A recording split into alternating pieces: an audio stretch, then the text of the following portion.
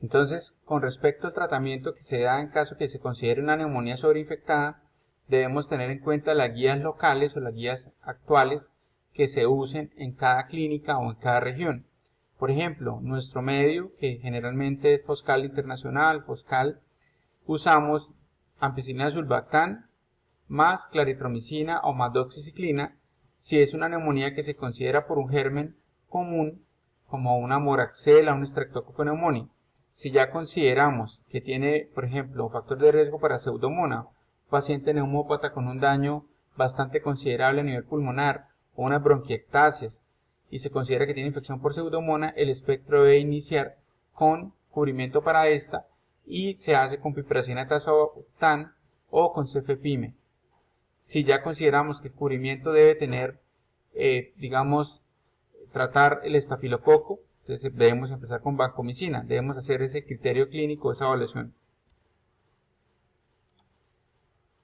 Con respecto a los laboratorios, estos son los rangos que se consideran, esto es a 2021, los criterios más importantes para mirar desde el punto de vista del laboratorio, el dímero D, la PCR, la LDH, troponina, la ferritina, la CPK, y el recuento de leucocitos que esté por debajo de 800, son factores importantes para determinar la severidad en el COVID.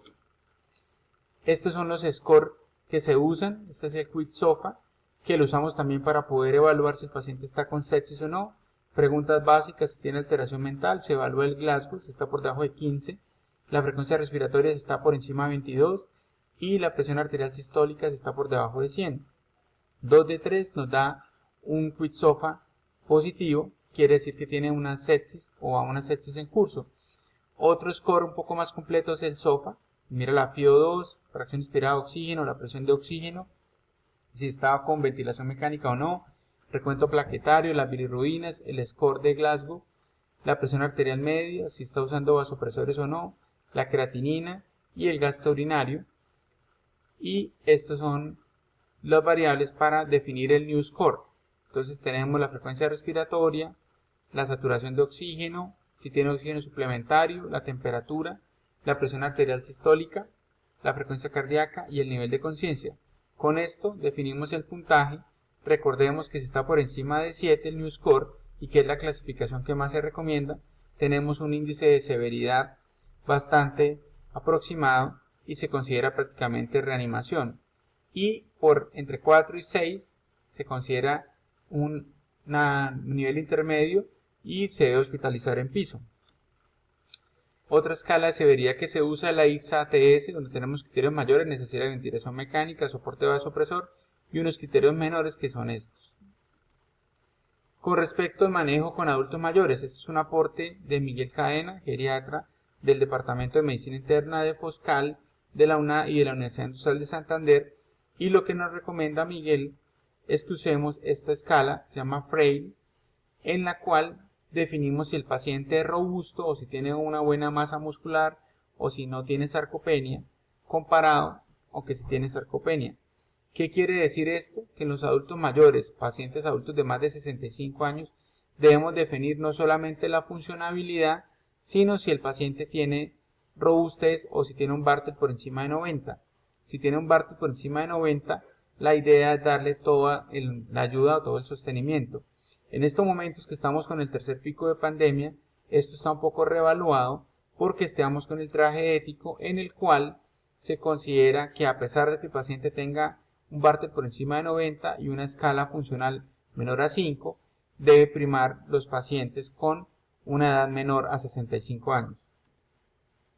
Esta es una gráfica que está mostrando entonces cómo clasificamos el COVID, no severo, con ausencia de signos de severidad o enfermedad crítica, el crítico, el que refiere medicamentos para sostener tratamiento de vida, como un soporte inotrópico, que presente un síndrome de estrés respiratorio agudo, que son infiltrados en los 4 cuadrantes de los pulmones, una sepsis, que es una infección demostrada, lo podemos evidenciar a través del QuickSOFA o el SOFA, o un shock séptico, el paciente que está infectado y que requiere líquidos y que adicionalmente a los líquidos a 30 cc por kilo requiere un soporte inotrópico, principalmente con una norepinefrina, noradrenalina. Y el severo, aquel paciente que tiene una infección viral por coronavirus y que está saturando menos de 90% o que tiene una frecuencia respiratoria por encima de 30 en el caso de adultos, o una frecuencia respiratoria aumentada en caso de niños, o signos de severa distrés respiratorio, que principalmente son los tirajes. Este es un esquema global para que entiendan lo que hacemos en el tratamiento. Esta es la severidad: paciente asintomático, paciente con síntomas moderados, leves, moderados, severos y críticamente enfermo. Aquí va el curso de la replicación viral, los primeros 5 o 7 días. Luego viene un proceso de inflamación o hiperinflamación con el síndrome de tormenta de citoquinas. Aquí va el potencial tratamiento, que serían los antivirales, principalmente el Remdesivir, que no se está usando en estos momentos en Colombia o muy poco. Las terapias de anticuerpos, que es el Sarilumab y el Tolicizumab, que están con usos restringidos en Colombia y que se busca disminuir la inflamación. Importante desde ya el mensaje con corticoide en paciente que tenga moderado hacia severo. Estos son factores de riesgo importantes que se correlacionan con mayor severidad, como vemos acá en la gráfica: el hecho de tener más de 65 años, el hecho de ser hipertenso, el hecho de tener un lactato deshidrogenasa o LDH por encima de 445, de un dímero D por encima de 1000, o ser hombre, tener leucocitosis, tener un alto nivel de LDH, una injuria cardíaca, es decir, una elevación de las troponinas, tener hiperglicemia, pueden ser asociados con estar más cerca a la muerte, tener dosis altas de corticosteroides. Esta es una gráfica donde se está mostrando cómo son los mecanismos de acción de los diferentes medicamentos.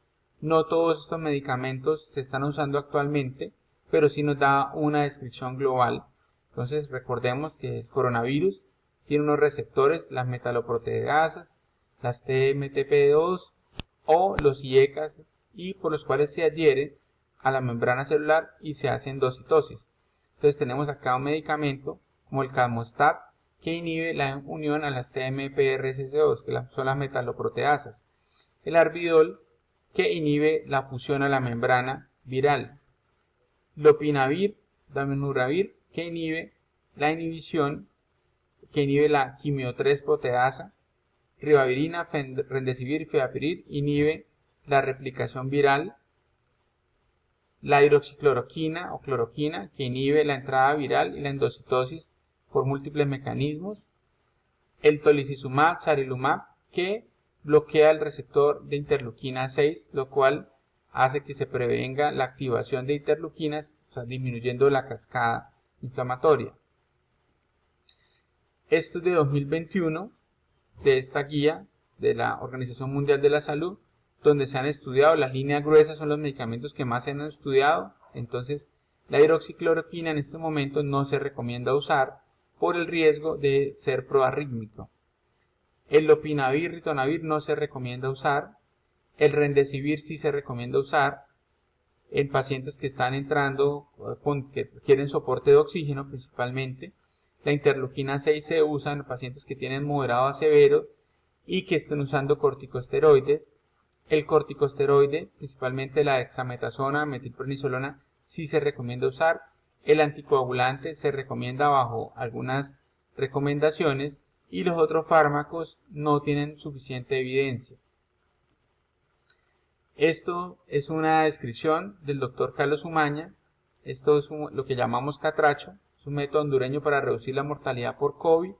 Es importante que lo traigamos a colación porque este doctor hizo un análisis que en el momento, hace un año y medio aproximadamente, no había fármacos y no había unas medidas suficientes para contener la infección por COVID.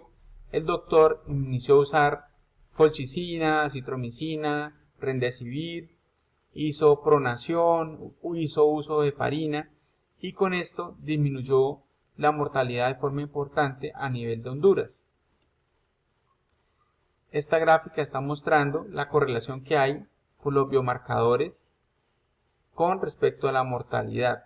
Entonces es importante tener el seguimiento de las troponinas en estos pacientes porque, como ya miramos en la gráfica inicial, hay una correlación directa con tromboembolismo y con eventos coronarios o con miopericarditis.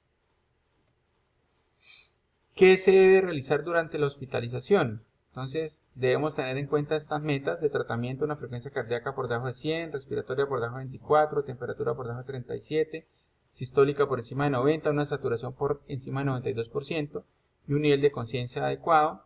Cuando debemos evaluar el soporte respiratorio, es cuando el paciente tenga signos de trabajo respiratorio, una frecuencia respiratoria que vaya subiendo, acercándose a 30, uso de tirajes intercostales, movimiento abdominal paradójico, que tenga una PAFI o una presión de oxígeno sobre la FiO2 por debajo de 200. Esto ha sido reevaluado y actualmente los que trabajamos directamente con unidades de cuidado respiratorio, prácticamente el corte se bajó a 100, de 200 a 100 en este momento, y el pH menor a 7.35, la PCO2 por encima de 45. ¿Qué métodos de oxigenación están avalados? La cánula bajo flujo, 3 litros, 5 litros, el Venturi, la máscara de no reinhalación, la bolsa válvula máscara, la AMBU para oxigenar sin ventilar, la ventilación mecánica invasiva, y se recomienda traslado prontamente a cuidado intermedio. Esta es una secuencia de decisiones para enfermería. Se recomienda elegir un trabajo por grupo, colocar de forma visible el manejo de PP. Con respecto a pacientes que son hipertensos, se recomienda continuar los IECA, los ARA2, no tienen ningún problema, y se considera vigilar la frecuencia cardíaca, la función renal de forma importante, monitorización de arritmias, evaluar el potasio, porque es frecuente la hipocalemia y el hipoaldosteronismo en este grupo de pacientes. Los bloqueadores de canal de calcio, como el amlodipino, el nifedipino, han demostrado que han disminuido, digamos que la frecuencia de hipertensión en estos pacientes y que no genera ningún efecto adicional. Entonces se recomiendan usar. Con respecto a la injuria hepática, se recomienda hacer tamizaje de transaminasas, dado que previo a la pandemia había una epidemia de hígado graso, y esto ayuda a aumentar la alteración a nivel del mecanismo hepático. Se recomienda no sobredosificar al paciente, no darle más de 2 gramos de acetaminofén. Es importante entonces estar muy pendientes si el paciente tiene esteatosis hepática, que se puede diagnosticar con imágenes o con transaminasas, evaluar la diabetes, dado que aumenta el riesgo de la respuesta inflamatoria y predispone a que se presente tormenta de citoquinas. Con respecto al hipotiroidismo subclínico, debe evaluarse TSH en los pacientes, y los pacientes que son hipotiroideos se debe ajustar el tratamiento, porque hay evidencia que cuando tenemos una TSH por debajo del valor normal puede aumentarse la probabilidad de algunas alteraciones, y dentro del grupo de factor de riesgo es una comorbilidad que también le aporta al hecho de la complicación con coronavirus. Entonces en adultos mayores aumenta la prevalencia de hipotiroidismo subclínico, tenían mayor índice de masa corporal, aumento en frecuencia de lipidemia, diabetes y hipertensión en este estudio que se hizo en el Journal of American College, y es independientemente asociado el hipotiroidismo subclínico con un riesgo incrementado de muertes por todas las causas y por mortalidad cardiovascular después de ajustar las variables de confusión. Es importante tener la TSH controlada en este grupo de pacientes. Aquí resaltamos que la mayoría de los pacientes afectados por el coronavirus sufren un cuadro pseudogripal con síntomas leves como fiebre, tos y cierto grado de disnea. Sin embargo, en un bajo porcentaje de pacientes se desarrolla un cuadro neumónico que en algunos casos acaba por producir un síndrome de distrés respiratorio, un shock séptico, una acidosis metabólica y una coagulopatía, que puede desembocar en un cuadro que comparte algunas características con la coagulación intravascular diseminada y el fracaso multiorgánico. De ahí la necesidad de evaluar si se anticoagula o no el paciente. Entonces recordemos esta cascada donde tiene diferentes efectos, y uno de esos es un efecto inflamatorio y el otro efecto es de producir lo que se llama trombosis a nivel pulmonar o a nivel de nuestro sistema. Entonces se debe definir la anticoagulación. Hay diferentes protocolos. Inicialmente se anticoagulaba al paciente por encima de 3000. Esto fue un protocolo que se hizo en Massachusetts, o con una escala de SIG por encima de 4.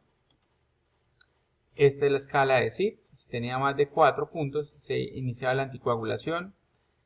Tenemos recomendación de anticoagular principalmente con heparina de bajo peso, así el paciente venga anticoagulado con otro anticoagulante, y posteriormente pasar nuevamente al anticoagulante de base.